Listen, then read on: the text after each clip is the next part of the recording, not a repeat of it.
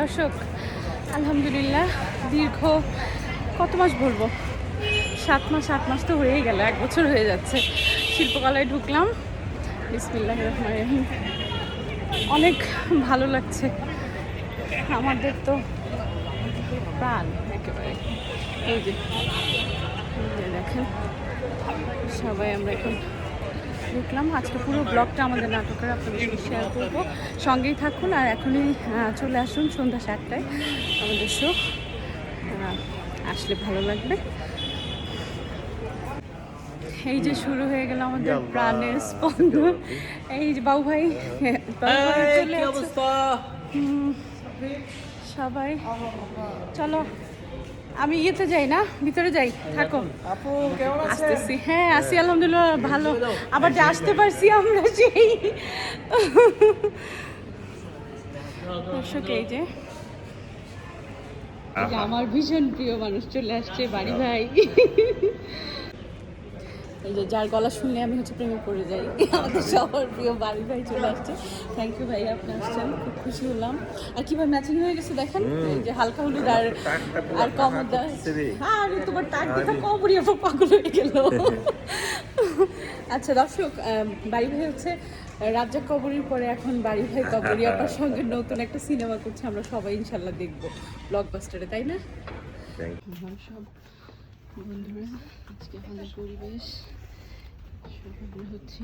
এই যে কেমন আছো? হ্যাঁ আছি আলহামদুলিল্লাহ ভালো। নতুনপুরা একটু পরেই আমরা সত্যি চলে যাব। দেখতে পাচ্ছেন এখানে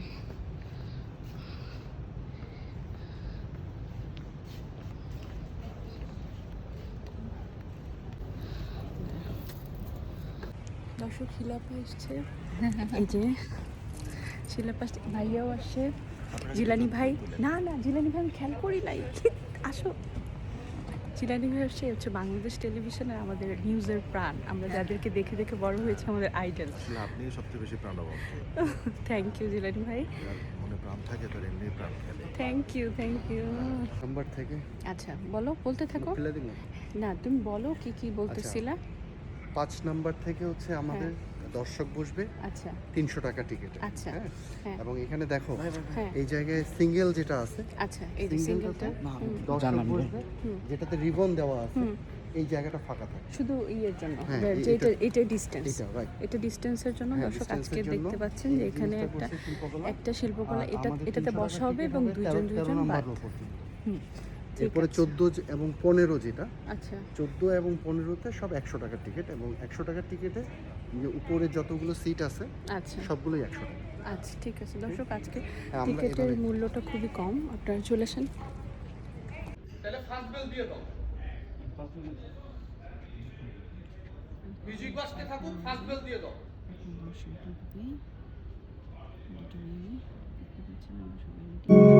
সকল গেস্ট হচ্ছে টিকিট এক এক।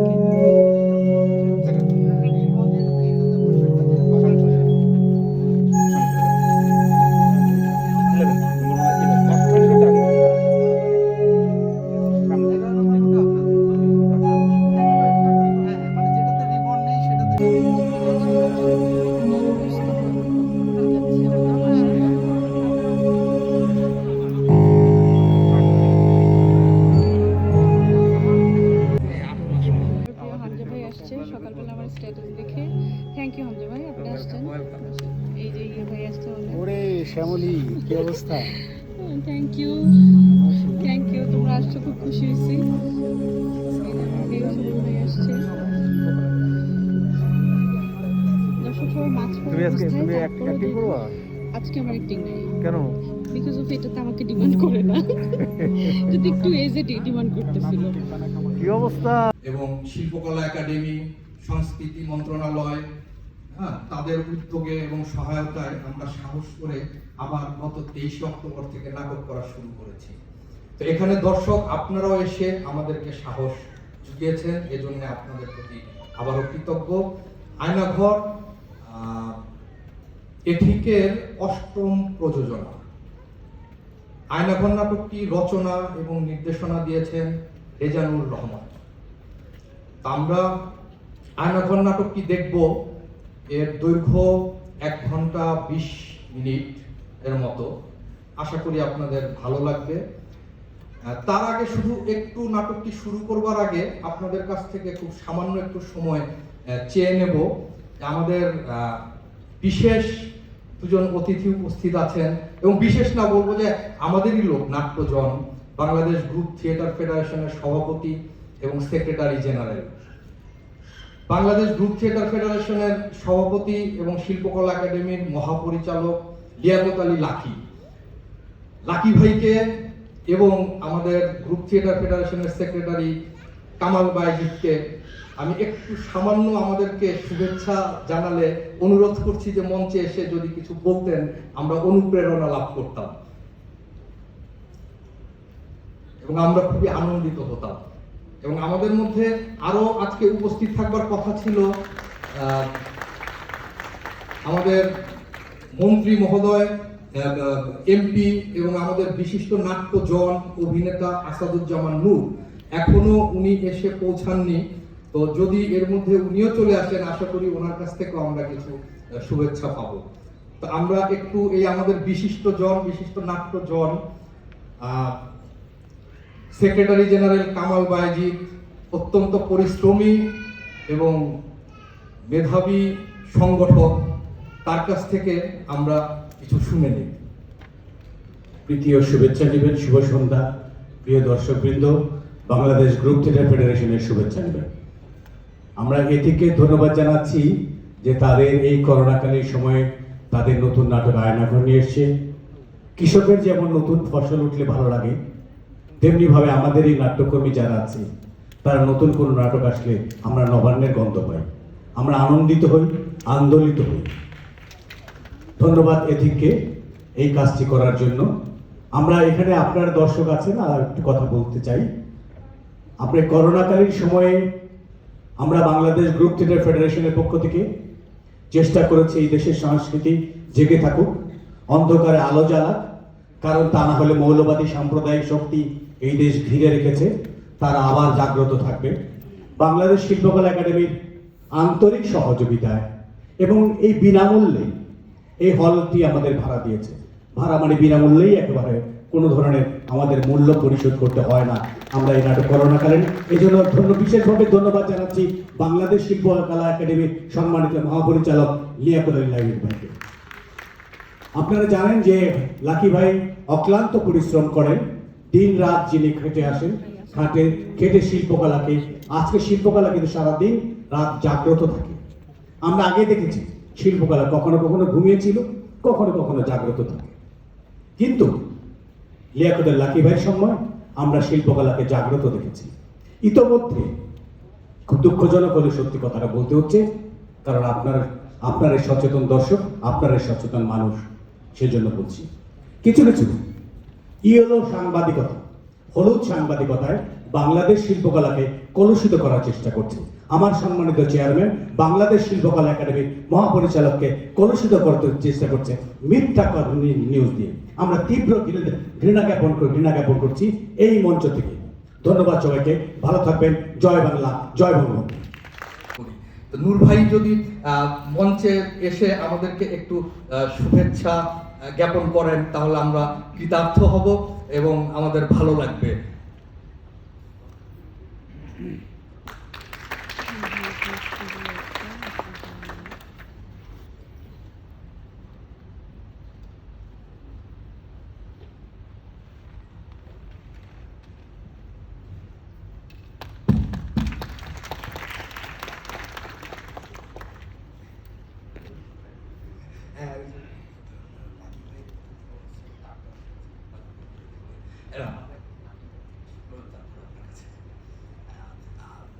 আমরা এখন একটু শুনবো আমাদের কামাল ভাই ঠিকই বলেছেন, মানে অত্যন্ত পরিশ্রমী, এবং আমরা আসলে অনেক সময় ভেবে পাই না যে উনি এত কাজ করেন, যে এটা কোন সময় করেন, আসলে 24 ঘন্টার দিন তার জন্য নাকি 40 ঘন্টার দিন, এটা আমরা অনেক সময় বুঝতে পারি না। আমরা অনেক ছোট, ওনারা কিভাবে এটা ম্যানেজ করেন আমরা আসলে জানি না। তো আমরা লাকি ভাইয়ের কাছ থেকে কিছু কথা শুনবো।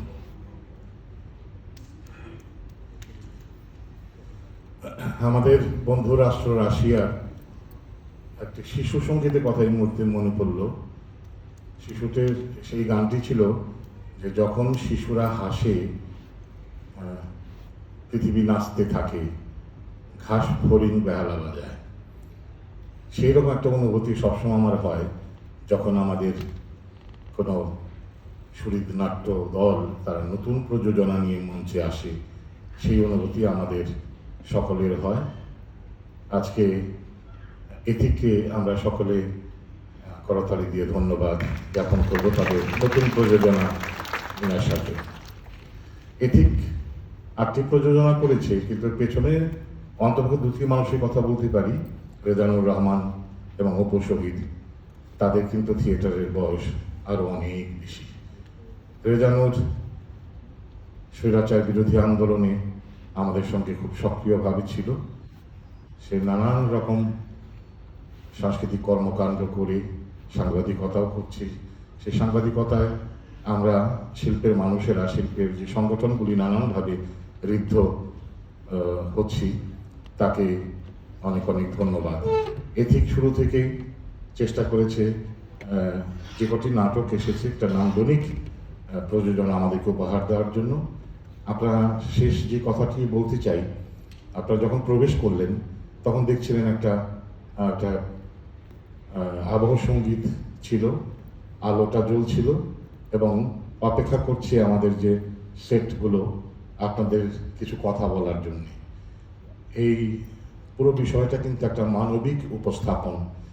আমাদের উপমহাদেশের একজন অন্যতম আলোক পরিকল্পক তাপস সেন বলতেন যে আমি একটা কাজই করি, আমার আলোটাকে মানবিকীকরণ করার চেষ্টা করি। প্রযুক্তির উন্নতি হচ্ছে, প্রযুক্তি যাতে মানবিক হয় এটি আমাদের সকলকে খেয়াল রাখতে হবে। আজকে যিনি মঞ্চে আছেন আমাদের সঙ্গে, বাংলাদেশের শুধু নাট্য আন্দোলন নয়, সাংস্কৃতিক আন্দোলনের অন্যতম পুরোধা ব্যক্তিত্ব, বিশিষ্ট নাট্যকার, নির্দেশক, অভিনেতা, সংগঠক তো বটেই, এবং তিনি একজন আমাদের হয়ে রাজনীতি করে আমাদের শিল্পকে, সংস্কৃতিকে ঋদ্ধ করার জন্য নিরলসভাবে কাজ করে যাচ্ছেন। তিনি আমাদের গর্ব।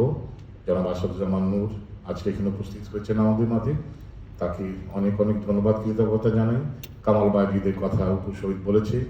আসলে যখন সে নির্বাচিত হলো, আমার ধারণা ছিল এত সময় হয়তো সে দিতে পারবে না, তার তো অনেক দায়িত্ব, তার ব্যবসা বাণিজ্য, কিন্তু আমি অন্ততপক্ষে এত সময় দিয়ে কোনো সেক্রেটারি জেনারেলকে কাজ করতে দেখিনি। তাকে অনেক অনেক ধন্যবাদ, এটিকে ধন্যবাদ, এবং এটি একটি নান্দনিক প্রযোজনা হবে সেই বিশ্বাস আমাদের আছে। এবং আপনারা যারা এসেছেন এই অতিমারির সময়, আপনারা কিন্তু এসে একটা দলকে অনুপ্রাণিত করলেন না, আমাদের অনুপ্রাণিত করলেন না, আপনারা কিন্তু আমাদের দেশকে অনুপ্রাণিত করলেন। আমরা এই কথাটা কিন্তু বলতে পারবো বিশ্বকে যে এই করোনাকালীন আমাদের নাটকের এই অসাধারণ দর্শক উপস্থিত হয়ে আমাদের এই নাটক তারা নিয়মিত দেখছে, আমাদেরকে অনুপ্রাণিত করছে। আপনাদের অনেক অনেক ধন্যবাদ জানিয়ে আমার কথা এখানে শেষ করছি। সবাইকে ধন্যবাদ। ধন্যবাদ লিয়াকত আলী। কথা শুনবার আগে একটু অপেক্ষা করি, ভালোই লাগবে। মানে নূর ভাই বলবে, একটু এই অপেক্ষায় থাকার আগে আরেকজন বিশিষ্ট জন আমাদের মধ্যে আসছেন। উনি আমাদের অতিথি ছিলেন বাংলাদেশ প্রেস ক্লাবের সভাপতি এবং দৈনিক যুগান্তর সম্পাদক সাইফুল আলম। সাইফুল আলম, আপনাকে আমাদের সঙ্গে এসে একটু যোগ দেওয়ার জন্য অনুরোধ করছি, বিনীত অনুরোধ। আমরা সাইফুল আলমের কাছ থেকেও একটু শুভেচ্ছা। মুক্তিযুদ্ধের পর আপনারা জানেন যে বেইলি রোড কেন্দ্রিক বাংলাদেশের স্বাধীন মুক্ত বাংলাদেশে গণতান্ত্রিক পরিবেশে একটি জমজমাট নাট্য আন্দোলন গড়ে উঠেছিল। নানা বাক পরিক্রমায় সেখান থেকে আজকের অবস্থানে আমরা এসেছি। অনেক অর্জন আছে, হয়তো অনেক ব্যর্থতাও আছে। নাট্য আন্দোলন থেমে থাকে না, যেহেতু জীবনও থেমে থাকে না। জীবন যতদিন চলবে, সময় যতটা বহতা নদীর মতো অগ্রসর হবে, নাটকও তার পাশাপাশি চলবে। এটাই নিয়ম। সংস্কৃতিও তার পাশাপাশি চলবে, বাধাগ্রস্ত হবে, আবার ঘুরে দাঁড়াবে। আজকে এখানে উপস্থিত হয়ে আমি নিজেকে ধন্য মনে করছি এই কারণে যে অনেক আগে একটা সময় একটি গ্রুপ থিয়েটারের সঙ্গে আমি জড়িত ছিলাম, কাজকর্ম করে দিতাম, মঞ্চে ছিলাম না। ঢাকা থিয়েটারের সঙ্গে আমি যুক্ত ছিলাম। ঢাকা থিয়েটারের অনেকেই সেই সময় আমার বড় ভাই, বন্ধু এবং খুবই নিকট মানুষ ছিল। তারপর দীর্ঘ পথ পরিক্রমায় আমি অন্য পেশায় চলে গিয়েছি, আর থাকি নাই। কিন্তু আমি নাট্য জগতের সঙ্গে যারা যুক্ত, আজকে ঠিকই বলেছেন যে সংস্কৃতি জগতের অন্যতম পুরোধা ব্যক্তিত্ব আসাদুজ্জামান নূর এখানে উপস্থিত আছেন, লাকিবাই উপস্থিত আছেন, অপু উপস্থিত আছেন, পর্দার পেছনে রেজানুর আছেন। আমার এখানে আসা আরেকটা সাহস, রেজানুর যদি সাংবাদিক হয়ে আসতে পারে তাহলে আমারও নিশ্চয়ই একটা আসার সুযোগ তৈরি হয়। সেই সুযোগটা সদ্ব্যবহার করলাম আমি এথিক্সের ধন্যবাদ জানাই। আপনারা যারা উপস্থিত হয়েছেন এই করোনা পরিস্থিতির কারণে, কারণ আমরা দ্বিতীয় ওয়েভের মধ্যে আছি। আগে শুনতাম অনেক দূরের কেউ আক্রান্ত হয়েছে, এখন একেবারে আশেপাশে বন্ধু বান্ধব ঘরের মধ্যে চলে এসছে। তারপরেও জীবন থেমে থাকে না, নাটকও থেমে থাকে না। আমরা আজকে একটি চমৎকার নাটক নিশ্চিত পাবো এথিক্সের কাছে। রেজানুরকে ধন্যবাদ জানাই, আসাদুজ্জামান নূরকে ধন্যবাদ জানাই, লাকি ভাইকে ধন্যবাদ জানাই, এই নাটকের সঙ্গে যারা যুক্ত সবাইকে ধন্যবাদ জানাই। এই জন্য যে আমার মনে হয় যে অনেকদিন পরে নূর ভাইয়ের সঙ্গে দেখা, এখন আমার একটু ধরে একটু ছুঁয়ে দেখতে ইচ্ছে করছে, কিন্তু সেটা বোধ আর সম্ভব না সামাজিক দূরত্বের কারণে, ব্যক্তিগত দূরত্বের কারণে। সেটা আমার আজকে অপূরণীয় থাক। নিশ্চয়ই এই সময় কেটে যাবে, এই দুর্দিন কেটে যাবে, এই মহামারী কেটে যাবে, আবার নাটক অত্যন্ত জোরে সোরে শুরু হবে। সেই দিন নিশ্চয়ই আমি এই নাটকের মানুষগুলোকে একবার হলেও ছুঁয়ে দেখব। আপনাদের সবাইকে ধন্যবাদ। ধন্যবাদ সাইফুল ভাইকে। সাইফুল ভাই থাকেন আমরা একসঙ্গে প্লিজ। নূর ভাইয়ের প্রতি আসলে আমাদের দাবিটা অনেক বেশি, কারণ হলো যে একাধারে তিনি রাজনৈতিক কর্মী এবং নাট্যকর্মী। তো আমরা চাই যে নাট্যকর্মী আমাদের নূর ভাই, তো তাকে পেয়ে আসলেই আমরা মানে খুবই কৃতজ্ঞ, এবং এই করোনাকালীন সময় উনি এসেছেন আমাদের জন্য খুবই প্রেরণার বিষয় হয়ে থাকবে আসলে নূর ভাইয়ের কাছ থেকে। মঞ্চে যারা উপস্থিত আছেন, আমাদের শিল্পকলা একাডেমির মহাপরিচালক এবং সেই সঙ্গে theatre federation chairman Liaquat Ali Lucky, যুগান্তরের সম্পাদক সাইফুল আলম। উনি যখন প্রথমে ঢুকলেন ওখানে আমরা হাত মেরে শুভেচ্ছা বিনিময় করলাম, কিন্তু আমি কিন্তু তাকে চিনতে পারিনি। আমিও চিনতে পারি। এই বকশে ঢাকা বাংলাদেশ এখন অনেককে চিনতে পারছি না আমরা। তো কামাল বাইজিদ আমাদের থিয়েটার ফেডারেশনের সম্পাদক এবং আমাদের এথিক নাট্যগোষ্ঠীর অপু, এবং এখানে উপস্থিত নাট্যজন, সুধীজন, সবাইকে আমার শ্রদ্ধা প্রীতি এবং শুভেচ্ছা জানাই। কথা ছিল যে রেজানুর আমাকে যেটা বলেছিল যে নাটকের পরে আপনি কথা বলবেন, তো আমার মনে হয় যে লাকের যে জরুরি কাজ, ডাক্তারের কাছে যেতে হবে, সেজন্য আমরা আগেই আপনাদের একটু বোর করছি। আমরা জানি আপনারা সবাই নাটক দেখতে এসছেন, নাটকের আগে এসে এত কথা শুনতে আমাদের নিশ্চয়ই ভালো লাগে না। তবে আমার আশা এখানে নাটক দেখতে, এবং রেজানুর আমার দেশের ছেলে, আমরা একই জায়গার মানুষ, উত্তরবঙ্গের একই জেলার। ওর সঙ্গে আমার দীর্ঘদিনের হৃদ্যতা, এবং সেটাও আমার এখানে আসার পেছনে একটা বড় কারণ। তো আমরা নাটকটা দেখি, এবং নাটকই আসলে সব কথা বলবে, আমরা এত কথা নাই বলি। আমি শুধু আপনাদের ধন্যবাদ জানাতে চাই যে আসলে আপনারা যারা এই করোনার মধ্যে এখন ভয়কে উপেক্ষা করে ভয়টাকে জয় করে নাটক দেখতে এসেছেন, এটি আমাদের সবার জন্যই প্রেরণার বিষয়। আমাদের 17 কোটি মানুষের দেশ, আমরা চাইলেও ঘরে বসে থাকতে পারি না। আমাদের জীবনের তাগিদে, আমাদের জীবিকার তাগিদে ঘর থেকে আমাদের বেরোতেই হয়। তো জীবনের তাগিদে তো শুধুমাত্র আমরা খাওয়া এবং জীবনযাপনের মধ্যে তো আমাদের জীবনটা আটকে থাকে না, আমাদের জীবন তার বাইরেও কিছু চাই। সেটি নাটক, সঙ্গীত, নৃত্য, চলচ্চিত্র, এই সুকুমার বিষয়গুলো আমাদের জীবনকে প্রভাবিত করে, আনন্দময় করে, সুখময় করে এবং সেই সঙ্গে আমাদের মানুষ হিসেবে মানবিক গুণাবলী নিয়ে মানুষ হিসেবে বাঁচতে উদ্বুদ্ধ করে। তো আজকে নাটক কিন্তু সেই কাজটাই করে, মানুষকে বাঁচতে শেখায়, মানুষকে ভয়কে জয় করতে শেখায়, অন্যায়ের বিরুদ্ধে প্রতিবাদ করতে শেখায়, প্রতিরোধ করতে শেখায়। তো আজকে এই নাটক দেখবো আমরা এবং এখান থেকে নিশ্চয়ই আমরা কিছু আমাদের সঙ্গে নিয়ে যাব, সেই অপেক্ষায় আমরা আছি। আমাদের একজন অত্যন্ত ঘনিষ্ঠ সহকর্মী আজিজুল হাকিম, তিনি মঞ্চে অভিনয় করেন, তিনি টেলিভিশনে অভিনয় করেন। এই মুহূর্তে তিনি খুবই অসুস্থ, নিবিড় পরিচর্যায় আছেন হাসপাতালে। আমরা তার আরোগ্য কামনা করছি, সবাই মিলে আমরা প্রার্থনা করি তিনি যেন খুব দ্রুত সুস্থ হয়ে আবার আমাদের মাঝখানে ফিরে আসেন। আমরা অনেককে হারিয়েছি, আমরা তাদের কথা স্মরণ করি, যারা অসুস্থ তাদের রোগ মুক্তি কামনা করছি এবং আপনারা সবাই সুস্থ থাকবেন, এই আমাদের প্রত্যাশা। আমি এথিক নাটকের এই আয়োজনের জন্য, এই সাহসী আয়োজনের জন্য রেজানুর এবং অপু এবং তার সহকর্মী তাদের সকলকে আমরা আন্তরিক অভিনন্দন জানাই, ধন্যবাদ জানাই এবং আপনাদের সকলের সুস্বাস্থ্য এবং নিরাপদ জীবন কামনা করে আমার বক্তব্য আমি এখানে শেষ করছি। সবাইকে ধন্যবাদ। জয় বাংলা, জয় বাংলা। ধন্যবাদ আমাদের অতিথিদের এবং তাদের উপস্থিতি আমাদের জন্য অনুপ্রেরণা হয়ে থাকবে এবং আমাদের জন্য স্মরণীয় হয়ে থাকবে।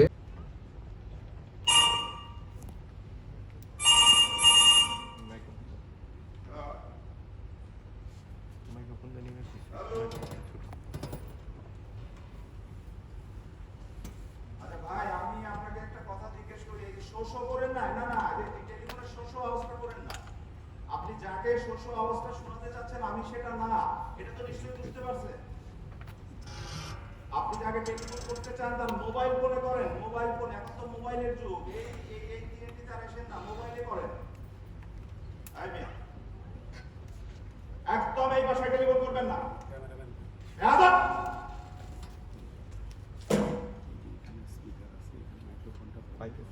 Yes.